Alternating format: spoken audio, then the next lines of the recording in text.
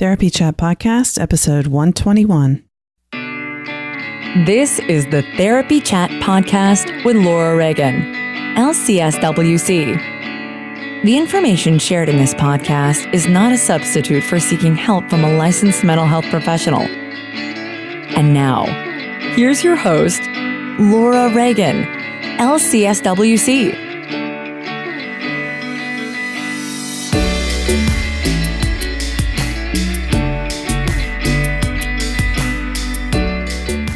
Hi, welcome back to Therapy Chat. So you have heard me for a long time now on this podcast talking about the importance of working with trauma using therapeutic interventions that access the emotion and trauma held in the body. Today's guest is someone who is really a pioneer in that type of work. I'm super excited to bring you today an interview with the incredible woman who is the founder of Sensorimotor Psychotherapy, Pat Ogden.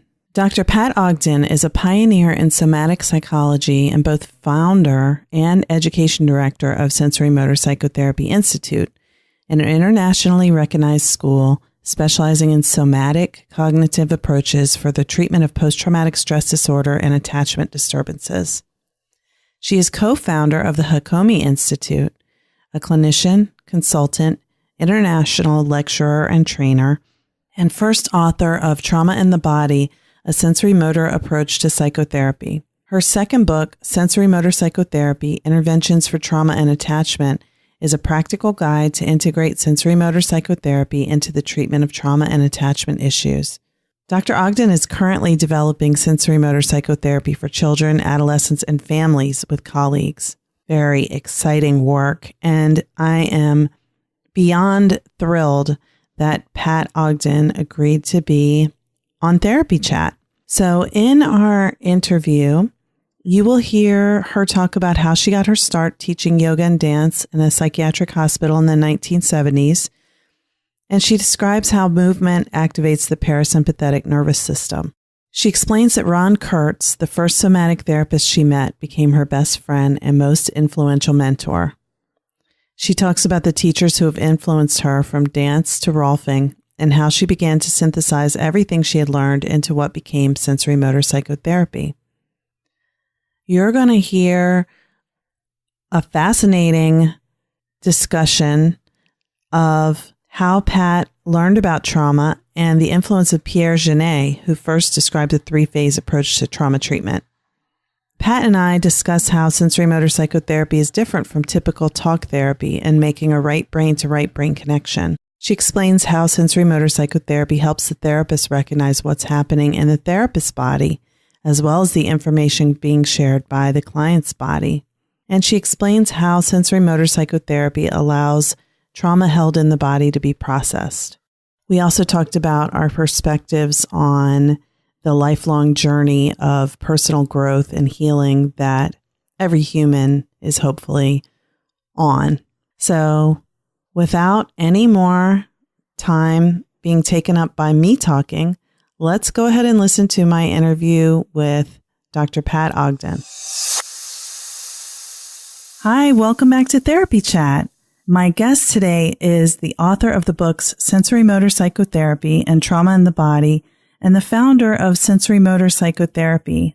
I'm so honored to welcome Dr. Pat Ogden. Pat, thank you so much for being on Therapy Chat today. You're welcome. It's a pleasure. So can you please start off just by telling our audience a bit about yourself and your work? Sure.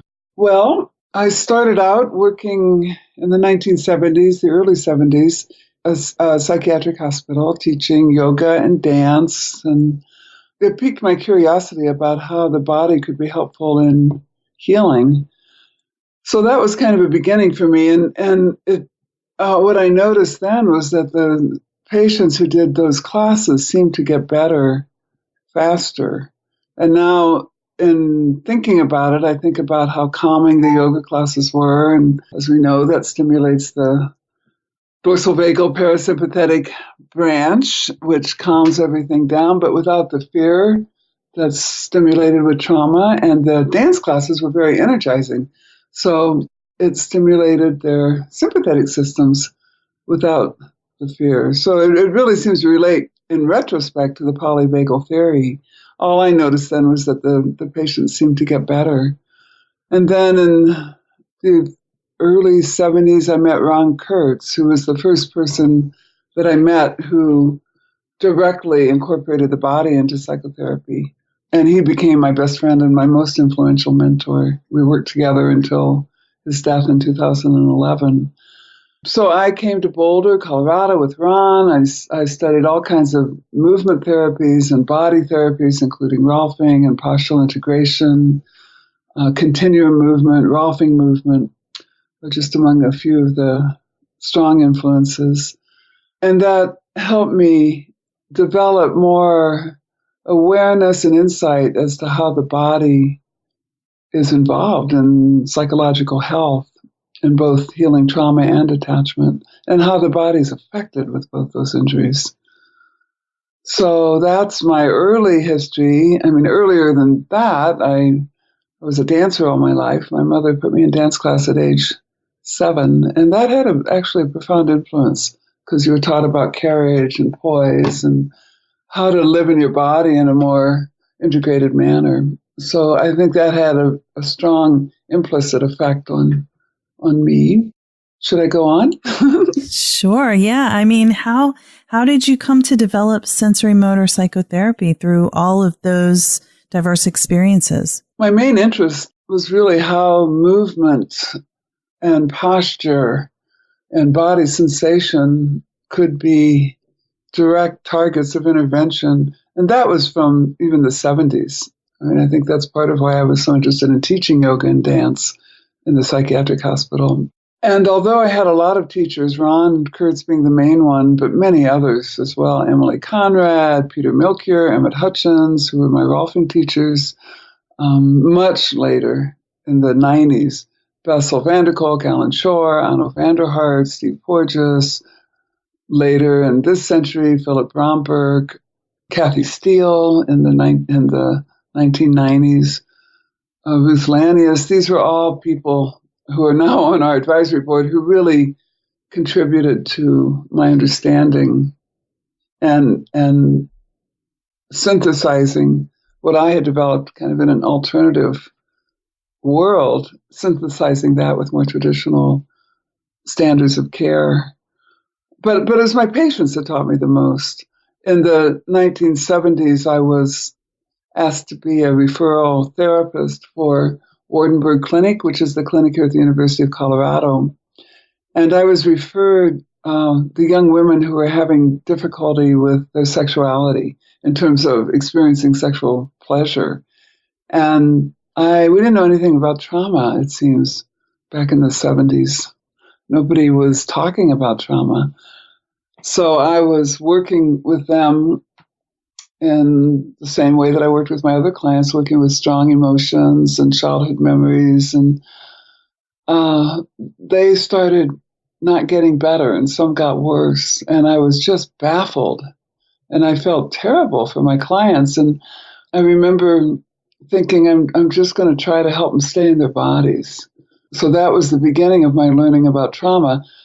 I realized that all of them had been sexually abused. All of them were out of what we would call now out of their window of tolerance. They were dysregulated. So that was my client group that taught me about stabilization.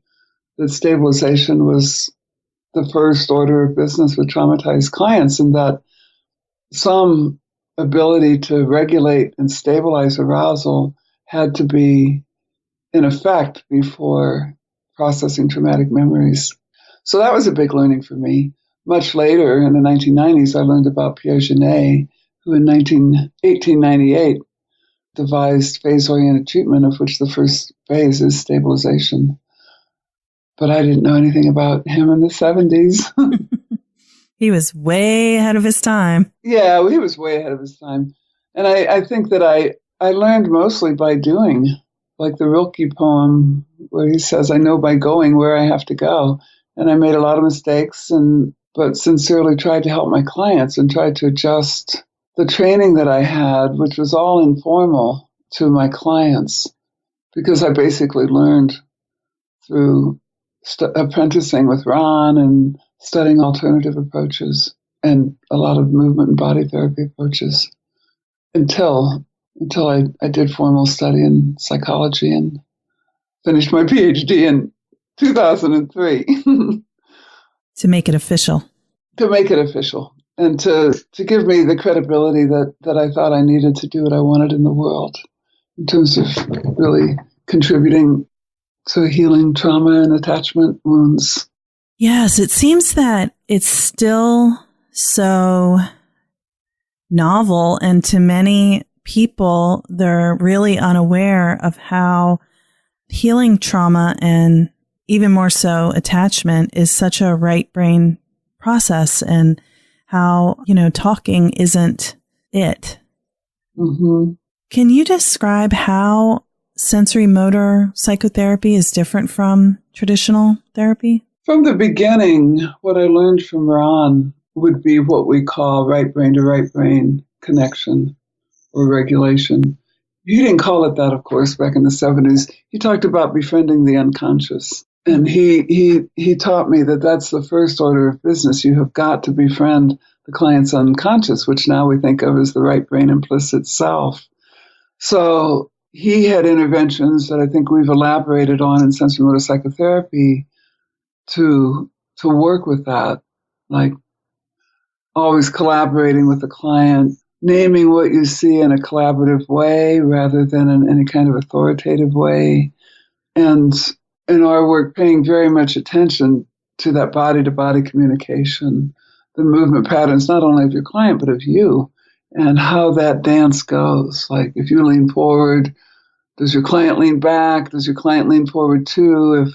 If you make a statement like, oh, you seem sad, or it looks like your breathing has gotten constricted, and you track your client's reaction. So there's a lot of emphasis in our work on that implicit communication, where we're tracking moment by moment how our client responds. And if we're not matched, like if we track their eyes shift or a puzzled expression or a tightening in their body that indicates kind of a mismatch, we learn to correct it immediately. So I think that right brain to right brain was really emphasized in my alternative training, even in the 70s, which perhaps wasn't emphasized in formal training to be a psychologist or a counselor. With sensorimotor psychotherapy, we're definitely interested in how the movement and posture and gesture and sensation of the body contributes to psychological distress and injuries. So that's always been my focus from the very beginning. In fact, I was much more interested in movement and posture than Ron ever was. And that's why I developed sensorimotor psychotherapy, which has a lot more to do with movement and posture and using the body not only as an access route to psychological wounds, but also as a vehicle for transformation.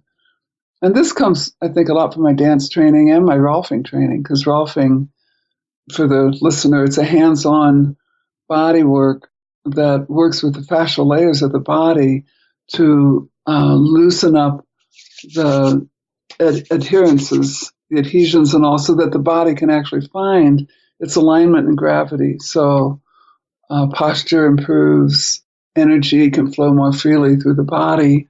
And that happens also with therapy as people start shifting the way their bodies reflects and sustains attachment wounds and traumatic injury. Their bodies start to find more balance, more peace with gravity, more alignment. And I love that part of the work. It just fascinates me.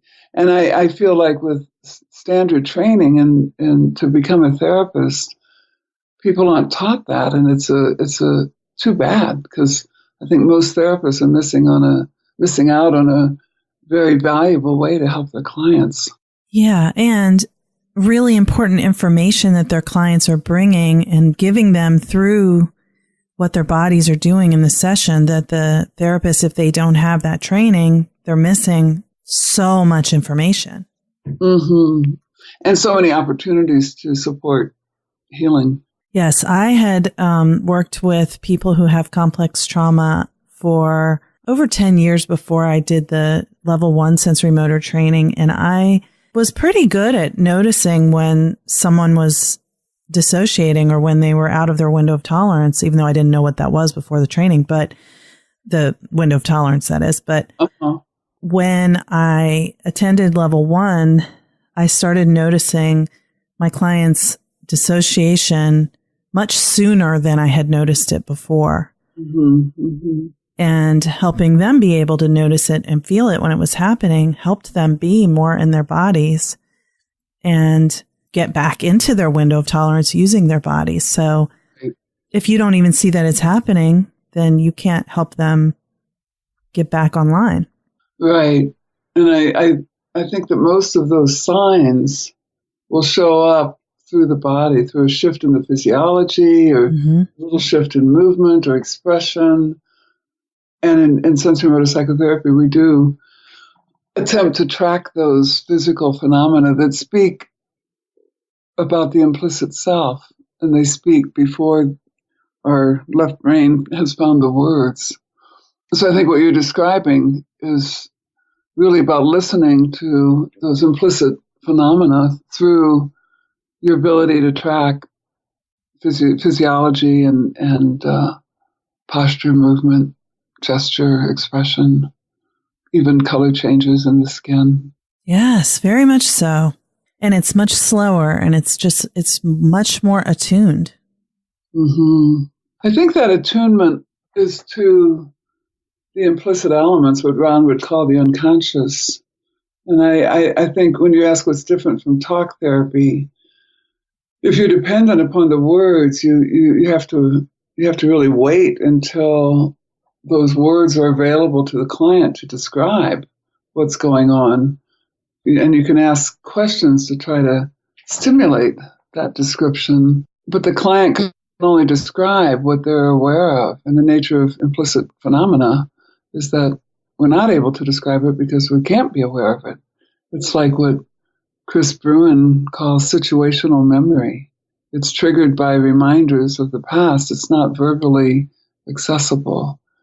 And so what you're talking about in terms of dissociation are recognizing what's not verbally accessible so that you can help your clients before they get too dysregulated or too out of their window of tolerance. You can help them come back into the window because you recognize the indicators of what's going on implicitly. Yeah. And I think what you just said about implicit memory, I think you said, and being able to verbally access it, I think that's the thing with attachment, is that so much attachment trauma is really not accessible to the client in verbal memory or verbal, they can't access how to verbally express what the feeling is. Right. Well, I think that's true for attachment in general because our attachment patterns are so strongly influenced during the first few years of life.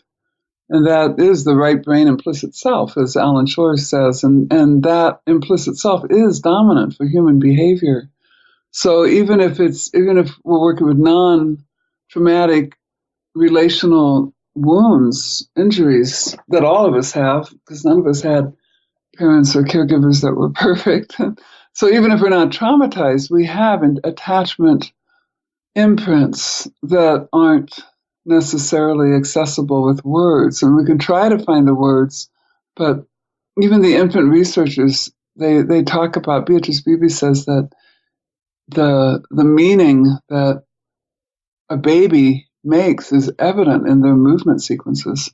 And those movement sequences are a trajectory for the future, for future relationships, even though they can be changed, of course, with further experience. Ed Tronick, another infant researcher, he says the same things. He says you can see the meaning that the infant is making through their posture, their movement, their expression, all before the acquisition of language. And in talk therapy, I don't think it's as precise.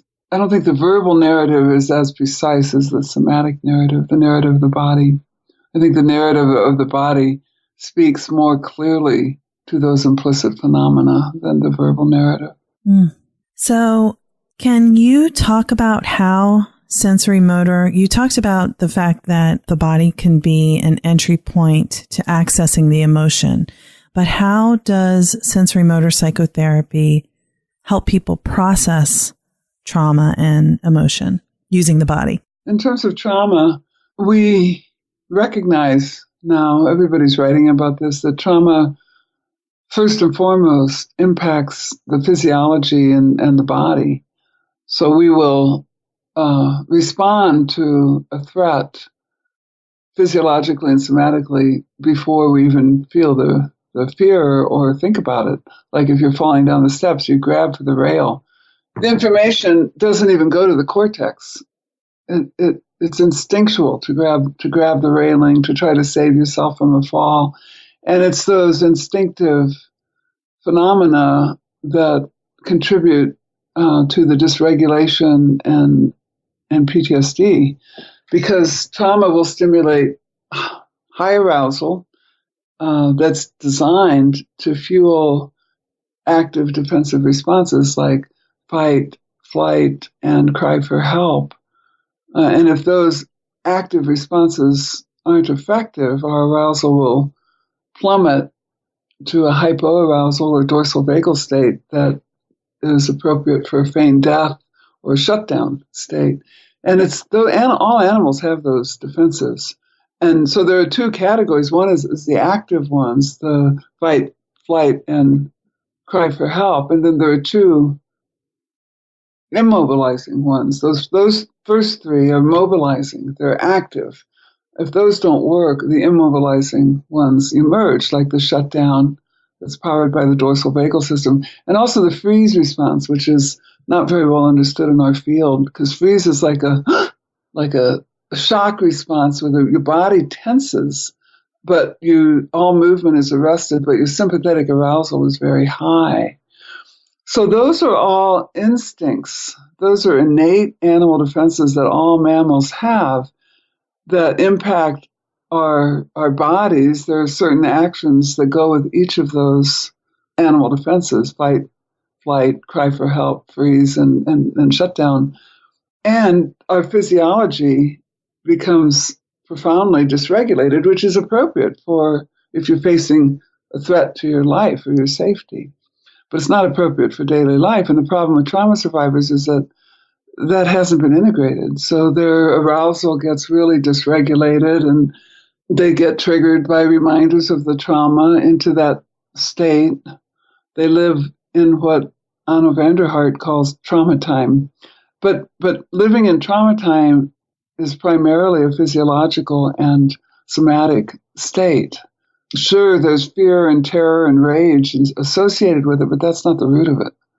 And as Janae said, trying to process those emotions for trauma it's not going to work, because they're designed to fuel the defenses that live in the body. So in sensorimotor psychotherapy, we really work with a bottom-up approach for trauma to stabilize arousal and to gain more flexibility within the defensive responses, because most traumatized clients will develop patterns of animal defense based on what has worked in the past. So, for example, with a client who had childhood trauma who had to shut down because she couldn't get away, she couldn't flee, there was nobody to help. So the next line of defense was to just shut down and go numb and into that profound hyper-aroused state. Well, she's lost in that scenario over time. She's probably lost the impulse to actively defend. But as Janae said, that impulse still is there in the body. He called them acts of triumph. So we work to stimulate those active mobilizing defenses through the body with things like finding out how the body would want to defend, like does it want to push away, does it want to strike out, does your body want to run, do you want to scream for help? And then we integrate it by using mindfulness so it's not a dissociated experience. And that's very important because we know that our cortex isn't online with trauma. We're not thinking. We're just reacting, which is a great way to survive. But those reactions, those responses that persist can't be integrated if we just enact them. So that's where mindfulness comes in, because mindfulness will keep the frontal lobes online. So we can work with mindfully finding a way that from the client's body that they would want to push away or strike back, and mindfully executing that action, which is integrative in the brain and also reinstates those active defenses that were given up at the time of the trauma because they weren't effective. Often they would have made the trauma worse. So people always execute the best defense possible for the situation, but in that process, they'll lose the flexibility among the animal defenses. So we work with integrating those animal defenses. We work with physical somatic resources that help to stabilize arousal, like grounding, centering, breath, alignment, containment, a wide array of somatic resources that really help to stabilize. So that's how we work with trauma. Now, that's different from working with strong emotion. This was part of the problem in the 70s when I worked with these sexual abuse survivors, because I had learned how to work with strong emotion. But strong emotion, expressing the terror, the fear of what had happened to them, didn't help at all, because the root of their troubles was in their physiology and their body, not in the emotion. Mm. If we're working with someone who has a wide enough window of tolerance that they can express strong emotion without dissociating, then we do that. Then it's different. Then the body can be used to find those emotions and those memories. There's research that shows if we, for example, take on a certain posture, and I think it's the same with movement, the memories, the events that occurred when that posture was operational in our histories start to emerge. So if a client is talking about they don't get any support in their life, for example, and their wife is never supportive, and their friends aren't supportive, and their body reflects that by tightening in the shoulders. In sensorimotor psychotherapy, if we want to access the emotion of that, we could say, it seems like your shoulders are tightening. Do you want to explore that? Maybe you can tune into that tightening, maybe just exaggerate them a little bit. And as they do that, the memories very often, or at least the emotions, start to emerge of when that posture was learned. And usually in this case, it would be like a reaction to not having support early on, and the emotional pain that goes with that.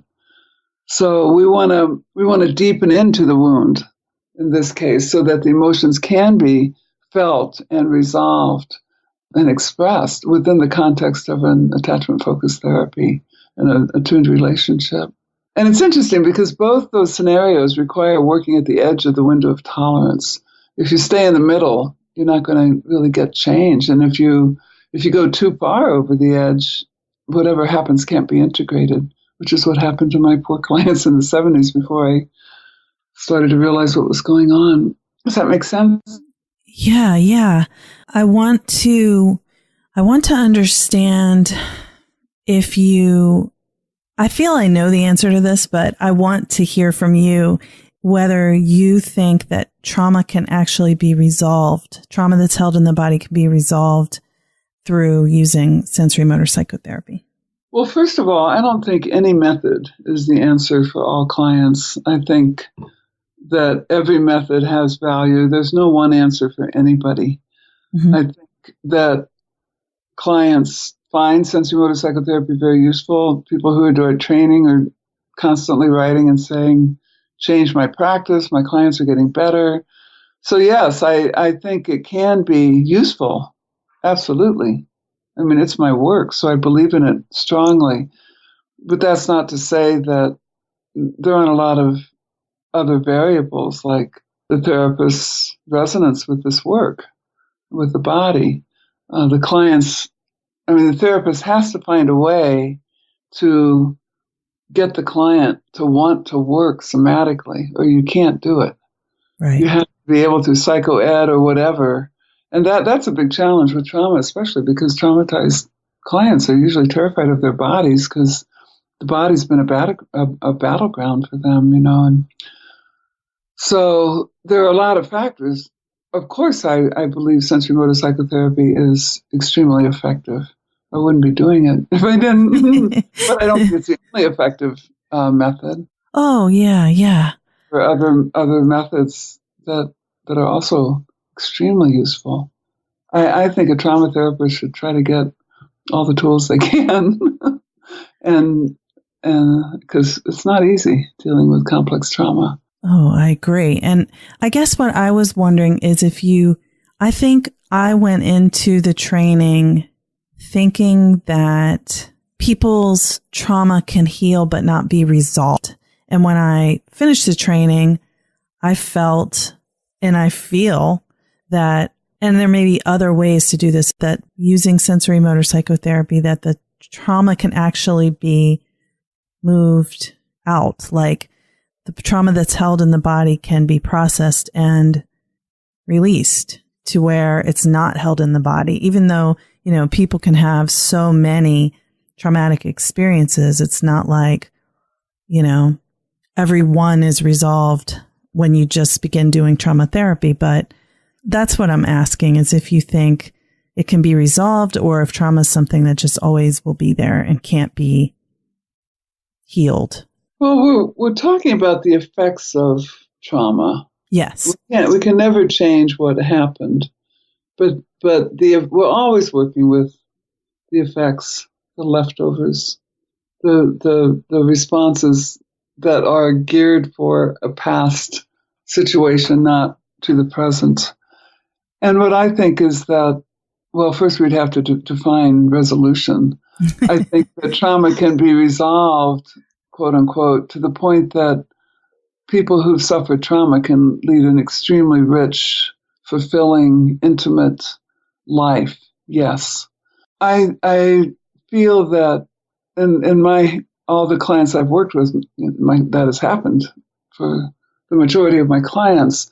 However, that said, triggers still occur. Like when 9/11 happened, I had clients that I hadn't seen for years who got triggered again, for example, by what had happened in 9/11 for different reasons. People often find unresolved elements inside when they near old age and illness. So I guess what I'm saying is that as a human being, I don't think my work or anybody's growth is ever done. I think there's always steps and more evolution that can happen. So there's no end point. If I think if I think past trauma can be resolved to the point where most clients can go on to live healthy, wonderful lives, yes. It's a process. Healing's a process that, to me, it's not like an end point. I'm still growing. I'm still working on myself, and I still find corners that still need attention. And I think that's part of the wonder of being alive is that we're always changing and growing because we are living systems. Yeah, lifelong process of growing and learning. Yeah. But I think an important element, really important element of sensorimotor psychotherapy that was very different from any of my formal training is that we believe strongly that the client does have within them what's needed to heal. And they do, in their bodies and their psyches. It's all there. And we just want to help create a context where that natural healing potential can come forward. So that's really critical that I want your listeners to understand, because I never feel like I have the answer. I feel like what I can do is help the client find those answers inside. Like Ron used to say, We have to help the client find enough of the right kind of information from within so that they spontaneously reorganize towards health. And that's a huge philosophical tenet of this work. That is we have a responsibility to our clients to help them find that healing potential. That's our main responsibility, I feel, as a therapist. Yes, that's beautiful. And I think that's one of the beautiful things about sensorimotor psychotherapy is that I think it helps people access their own body's ability to heal, so that the way I see it, one could be working with a sensorimotor psychotherapy therapist and, together do a lot of healing work. And then the client has resources that they've gained through that work. Right. Well, that maybe were already there, but they learned how to tap into that they can continue to use, over their lifetimes. Yeah, exactly. Yeah. And that's true. I feel like the clients they find that empowerment from within. It's not something that was done to them or that they don't understand. It's not some gimmicky thing. Right. They know how to re-access it. And when I was first becoming a therapist in the 70s, I was really into the Tao and the Tao Te Ching. And there's a quote from there that always I thought was relevant to therapists.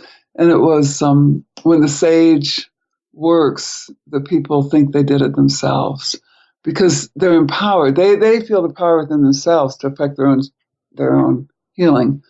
Not that by any means consider myself a sage, but I do want my clients to feel and to know that they got there themselves. It wasn't because of any magical thing that I did or any gimmicky thing or anything. They got there themselves. And therefore, that's what you're saying. Therefore, they can continue to grow and change. And I think in sensorimotor psychotherapy, clients do develop an affinity for their body and a belief in the wisdom of their own body, which is great. Yes, being able to return to trusting their bodies again. Yeah. Well, Pat, I know we have to finish up. Thank you so much for giving us your time today. And where can people find your work? And I know I can give them the Sensorimotor Psychotherapy website.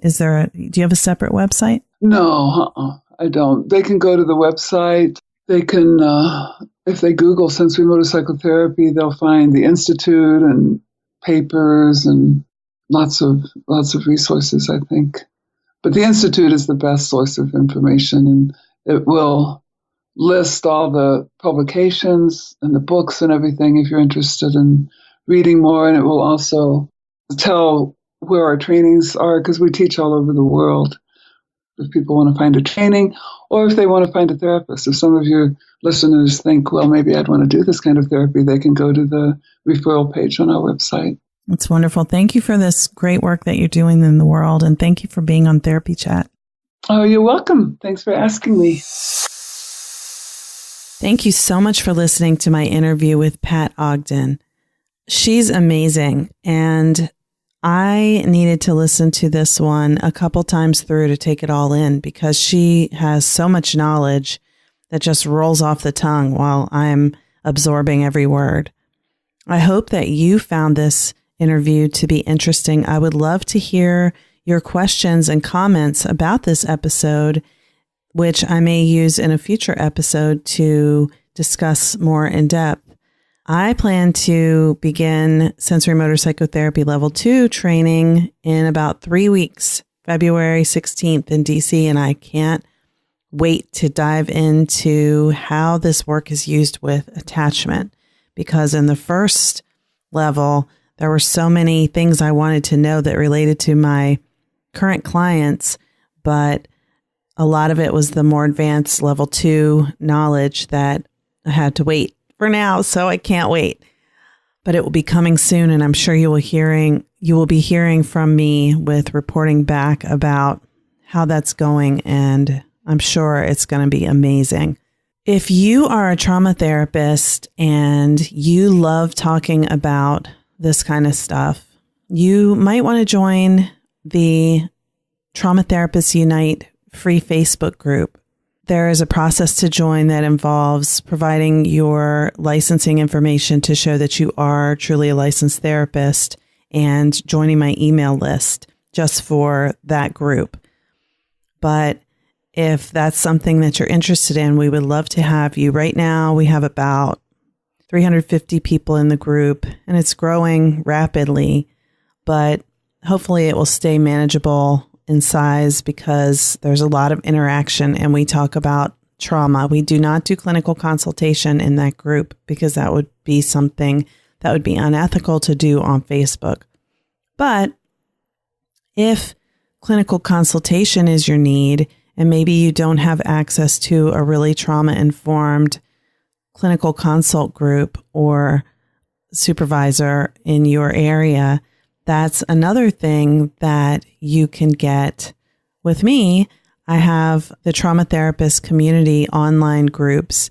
Right now, the January 2018 group is full, and there's a waiting list for a second group to begin in February. These are very small groups, 5 people plus me, and we meet once a month, and the cost is $97 as of this time. It's 1 hour per month, $97 per month. And we do our meeting online and we do case consultation, provide support and share techniques and skills and resources to help with working with clients who have trauma. We use a secure video platform so that we can ethically hold case consultation, even though we still don't identifying details, because I know for all of us who work with trauma, protecting our clients' privacy is of utmost importance. And if you are a fan of Therapy Chat, you are welcome to join the Therapy Chat Facebook group, which is free. And there is a process to join, which involves joining my email list for that group. That group is smaller and you're welcome to join if you like. We interact there and I get feedback from listeners, which I love, including the discussion we had about having Q&As and having listeners call in with questions or write in via email with questions that I will either play or read in a future episode and go into depth with the response to the question. So the first one is going to be coming up soon, and it's related to my interview with Tamara Hill when we talked about trauma bonding, and it became a discussion about intimate partner violence. And I'm going to expand on that based on listener Elizabeth's question. So look for that coming up soon. Thank you so much, as always, for listening to Therapy Chat. I appreciate you. I value you. I'm so grateful for you, and I absolutely love hearing from you. So please, if you have a question or something that, of course, you may not want to be played on in a future episode, but maybe just a question about where to find trauma-informed trainings. I get that question a lot. Or resources for connecting with a trauma therapist in your area. You know, I don't know all, but what I do know, I'm very willing to try to help with. So you can always email me through the website, therapychatpodcast.com. Thank you so much for listening, and talk to you soon. Thank you for listening to Therapy Chat with your host, Laura Reagan, LCSW-C. For more information, please visit therapychatpodcast.com.